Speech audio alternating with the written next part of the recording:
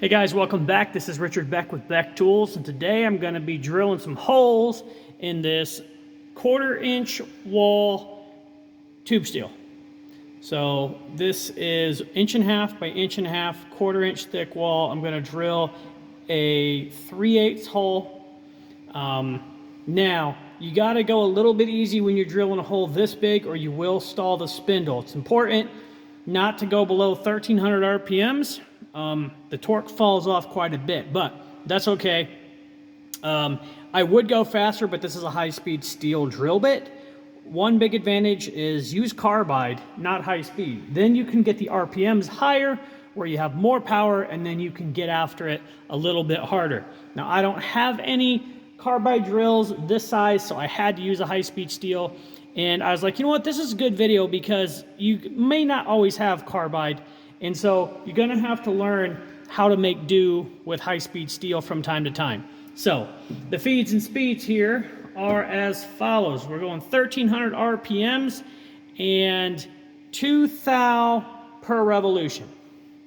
Now I've got this split up into 2 programs. So I punch through the top wall in the first program, then I come back and then I plunge all the way down to the inner wall and I punch through the bottom.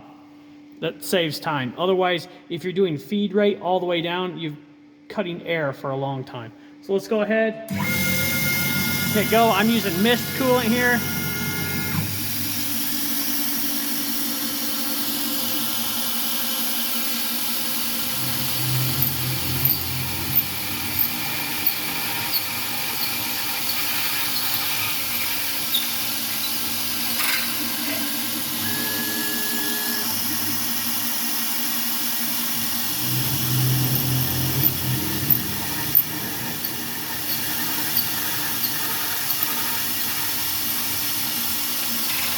Also, I had to sharpen this drill bit on my drill doctor, so it's not even a pristine drill. And 1300 RPM, high-speed steel, this drill bit is not going to last long, but that's fine. I only have 10 parts to make, so this will get me through these 10 parts. And the squealing is just the burr on the bottom flapping up against the flutes after it punches through. If this were a smaller drill bit, I would be a little bit more aggressive, and it might actually be quieter running. There you go. So, high-speed steel, 3/8 end mill, 1300 RPMs, 2 thou per revolution on the plunge. I guess I'll pull this out. I'll let you take a peek.